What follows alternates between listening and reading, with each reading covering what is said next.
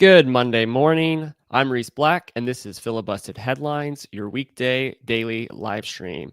All right, today is June 9th, and over the weekend, President Donald Trump deployed the National Guard to quell riots in Los Angeles. You probably saw at least something. This has been going on for about 3 days, and the National Guard was deployed just yesterday.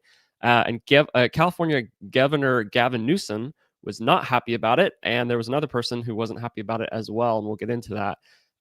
So on Friday, ICE made dozens of arrests in LA as part of Trump's mandate to arrest 3,000 illegal immigrants each day. And in response, there were protests and also full-blown riots that broke out in the city.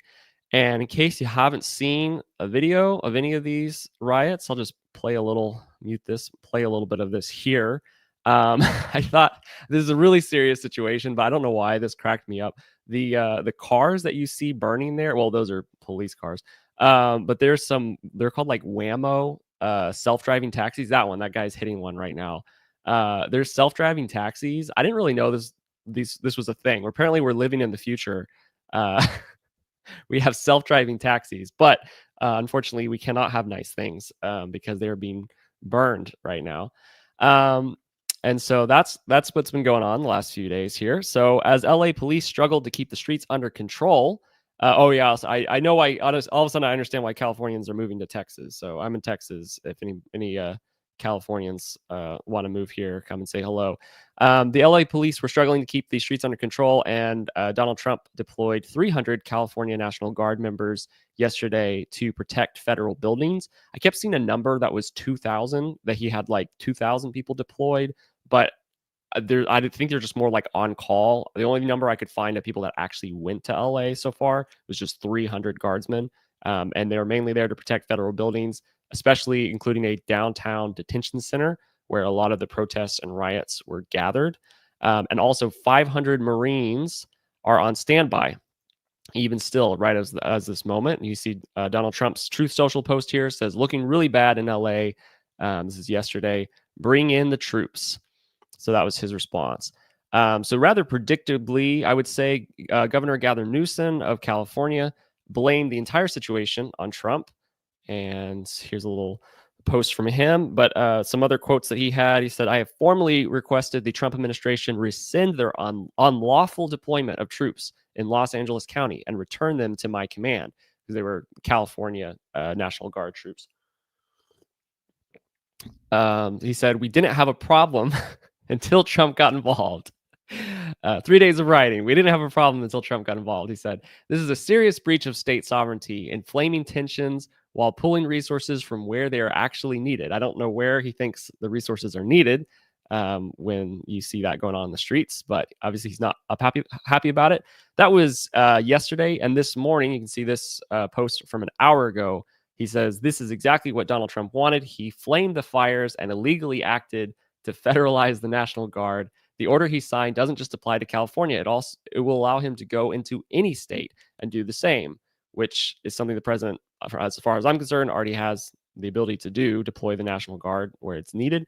So it's a little bit of an odd statement. And he says we're suing him. So I don't know if that's actually true, if he's actually going to be suing Donald Trump, but as of an hour ago, he claims that he's going to be suing Donald Trump. I thought it was interesting. Los Angeles Police Chief Jim McDonnell pretty much disagreed with Gavin Newsom, not directly, but he did state that his officers were overwhelmed on Sunday. And so it seemed like he appreciated the National Guard, the extra assistance there.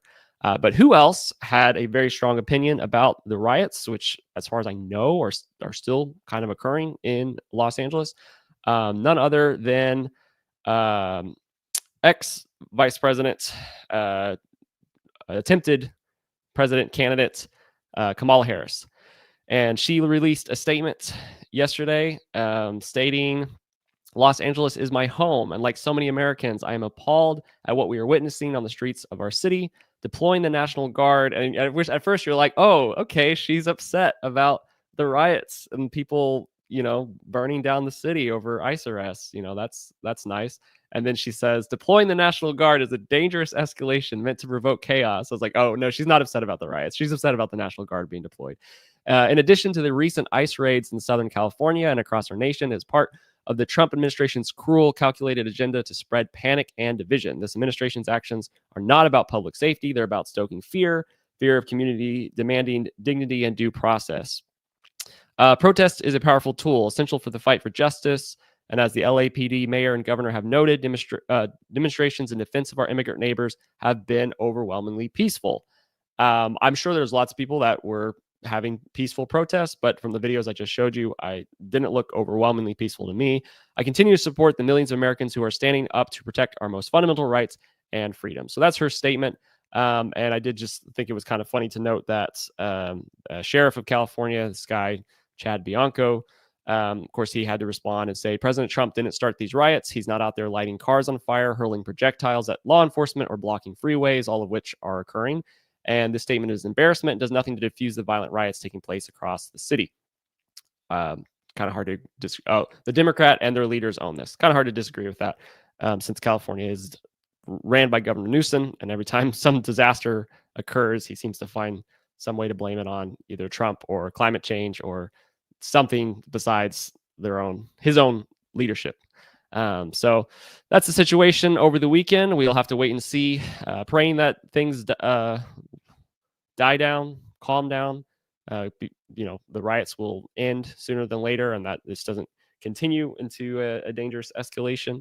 But it does seem, in my opinion, did seem like the National Guard being deployed was justified. Moving on to some humorous news. Recently, just this morning, actually, the Israeli forces have done something absolutely incredible, and they have made the world a better place, in my opinion. And after this news story, I don't know if there's anybody who will be able to stay anti-Israel because of the favor that they have done the world. So what have they done that was so great, in my opinion? They have kidnapped, apparently, Greta Thunberg, climate activist Greta Thunberg. How dare they? How dare the Israeli forces kidnap Greta Thunberg? So what occurred? Real little, just for context, I know that the situation happening in Gaza is actually a very serious situation occurring right now. However, I cannot take anything that Greta Thunberg does seriously. So this was a really funny news story to me. But this is what occurred. So there is a British yacht that this occurred just this morning that tried sailing from Italy to the Gaza Strip, and it was steered by a pro-Palestinian Freedom Flotilla coalition, and they tried to deliver aid to the Gaza Strip, and climate activist Greta Thunberg was part of the crew. And they knew about the blockade around Gaza, and then they still attempted to sail through the blockade, tried to breach the blockade in their yacht. And they, of course, were immediately boarded by Israeli forces who took control of the ship. In a video, and you can see there's a picture down here of the crew members getting light shown on them through the window by the Israeli forces before they boarded the ship. And so in a dramatic video, Greta proclaimed, "If you see this video, we have been intercepted and kidnapped in international waters by Israeli occupational forces or forces that support Israel," which is, of course, is exactly what she wanted to happen, as this is just a stunt. And she said, "I urge all my friends, family, and comrades to put pressure on the Swedish government to release me and the others as soon as possible," as if she was taken as a prisoner of war. I, however, urge everyone to pressure the Swedish government to demand that they do not take her back and keep her in Israel, because if they release her, she's just going to get arrested again next week at another riot or protest or trying to break another blockade or whatever. The Israeli Foreign Ministry, I feel like, had a pretty good response to this. They dismissed the brave sailors' actions as nothing more than a stunt. How dare they? How dare they dismiss this brave attempt that they did to try to get aid into Gaza? On X, the Israel Foreign Ministry wrote, "The selfie yacht of the celebrities is safely making its way to the shores of Israel. The passengers are expected to return to their home countries." So I don't think we actually have to pressure Sweden to release the prisoners. It looks like Israel is just going to send them back where they came from. They also said they were provided with sandwiches and water. The show is over. And the best part about it, in my opinion, is they said the tiny amount of aid that was on the yacht and not consumed by the celebrities will be transferred to Gaza through real humanitarian channels.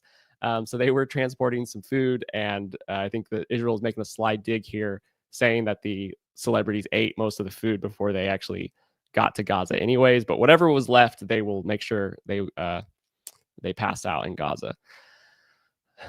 In other news, I'm sure everybody knows a little bit about this one, and we have. Oh, I meant to pull up the YouTube channel, but oh well. So over the weekend, obviously, this past week, Elon Musk and Donald Trump had some major feud, major breakout between the two of them, a major breakup. And we have actually covered this in 2 live streams already. So if you go check out our channel, Filibusted, on YouTube or on Rumble, we have live streams on Thursday with a Thursday live stream breaking down the big, beautiful bill that sparked the disagreement. And we break it down, all the details of the big, beautiful bill, all the reasons why Elon Musk was upset about the bill. And we also, do we argue it from all sides as far as, is the bill a good bill? Is it actually going to raise the debt? Is it worth it? All those kinds of things. So a lengthy discussion with all our co-hosts on Thursday. On Friday, Troy and Ryan tackled the more contentious comments that Elon Musk made about Trump, and they tackle that kind of situation more on Friday. So this is just a little update since then. So it may have started as a disagreement over Trump's big, beautiful bill, but it has quickly escalated into all-out war of words. So on Friday, Trump said he would not be speaking with Elon Musk anytime soon. The relationship was over. The latest update to the feud includes Trump warning Musk about supporting Democratic candidates. And Trump said if he does that, he'll have to pay the consequences for that. He'll have to pay very serious consequences if he does that. So kind of sounds like Trump is threatening Elon Musk in some way, saying he better not support the Democrats instead of supporting the Republicans monetarily. I think I saw somewhere he donated like 300 million. Oh, right here. After spending close to 300 million in support of Trump's reelection last year. So I think Trump was a little afraid that out of spite, Elon Musk might start donating millions of dollars to the other side. But Trump has also mentioned that this incident helped to unite the Republican Party. Trump said, quote, "The Republican Party has never been united like this before. It's actually more so than it was 3 days ago." This is an unfortunate situation. I think Trump's kind of saying a wishful thought here that the Republican Party is more united than it was 3 days ago. This obviously was not a uniting move. The feud between the two of them has been seen as very, very unfortunate across the board on the right. But people that are more in favor of Trump, more in favor of Elon Musk, for the most part, I've seen most of the takes are just like, I wish they wouldn't make this divorce so awful and bad for the entire country to have to watch and see the split, because it's not very helpful as far as having good unifying discussions on the right. And I also thought it was really interesting that Trump came out immediately being like, well, not immediately. I mean, obviously Elon Musk said some really terrible things about him. So I think Musk is more so to blame as far as the ramping up the inflammatory language. But I did think it was interesting that Trump was like, oh no, he's going to donate to the other side, which is not something that Elon Musk said he would do. But I don't know, he might be something that he considers doing. So we'll have to see where this situation goes, but definitely sad to see. Like some of the things that Elon Musk was doing with Doge and all that kind of stuff. So sad to see the fallout. Continuing on with the news from this weekend, this is something that affected me, but dangerous storms were sweeping across portions of Texas and Oklahoma just yesterday, over the weekend, but also just last night. So severe thunderstorms with over 100 miles an hour winds hit Texas and parts of Oklahoma on Sunday, reaching a level 4 storm warning and causing 2 potentially dangerous situation PDSs, severe thunderstorm watches that were issued. So PDS watches apparently are extremely rare, and the National Weather Service, gosh, my throat is kind of dry this morning. My voice is like cracking. Oh, and I already went through puberty years and years ago. PDS watches are extremely rare. The National Weather Service has only issued 25 of them since 2006. So this was really major storms that we had last night. I'm actually in Texas. Tornado sirens went off right before we went to bed, and we had to pull in some furniture from outside because the wind was pretty intense. 100-mile-per-hour winds hitting Texas. That is insane. Storms also produce flash flooding and grapefruit-sized hail in specific locations. That's crazy. I didn't see any of the hail, thankfully. Hopefully everyone is safe if you're in Texas and Oklahoma and doing okay this morning. There was close to 100,000 outages that occurred in Texas alone, and more storms are expected today. So everybody in Oklahoma and Texas, be safe. Funny enough, I was actually driving up to Oklahoma on Friday. I didn't realize there was tornadoes. I drove up there at like 5 in the morning for a conference I went to over the weekend, and I drove into a storm, and it was so rainy. There was cars parked underneath like bridges and stuff. And when I got to Oklahoma, it had settled down, and people there at the conference, they were talking about the weather, and I was like, oh yeah, I drove through it this morning, and they were like, oh, you were right behind the tornadoes, and I was like, tornadoes? And they were like, yeah, there's tornadoes in southern Oklahoma where you were like driving through the tornadoes were on the front end of the thunderstorm, and I was driving through like the mid or the back end of the thunderstorm, but I didn't see any tornadoes. Still haven't, thankfully. Praise God. Don't want to see any tornadoes. All right, our final news story for today, which I have to play this video because it's absolutely hilarious. There was a runaway zebra that got loose in Tennessee and was loose for a week and was airlifted. There he is being airlifted right there. Absolutely amazing. So he somehow got loose in Tennessee on May 31st and evaded escape for 8 full days. And he was eventually found grazing peacefully in a field. Officials airlifted him back to safety. His name is Ed, and currently no one knows how the zebra got away. Some of the comments I saw was people were obviously comparing this to the movie Madagascar, if you've seen that, where the zebra and his friends escape from the zoo. Pretty hilarious to see that in real life, and especially that picture of the zebra just being airlifted like that. Definitely never. So I would love to see a zebra trotting through my neighborhood someday. All right. Thank you so much for tuning in, and stay safe out there. Again, if you're in Oklahoma and Texas, Troy will be live streaming the headlines tomorrow morning at 9:30. And don't forget to go check out our backlog of live streams if you want to get the breakdown of what's been happening between Trump, Elon Musk, and some of the splits on the right over the big, beautiful bill. And we will see you next time.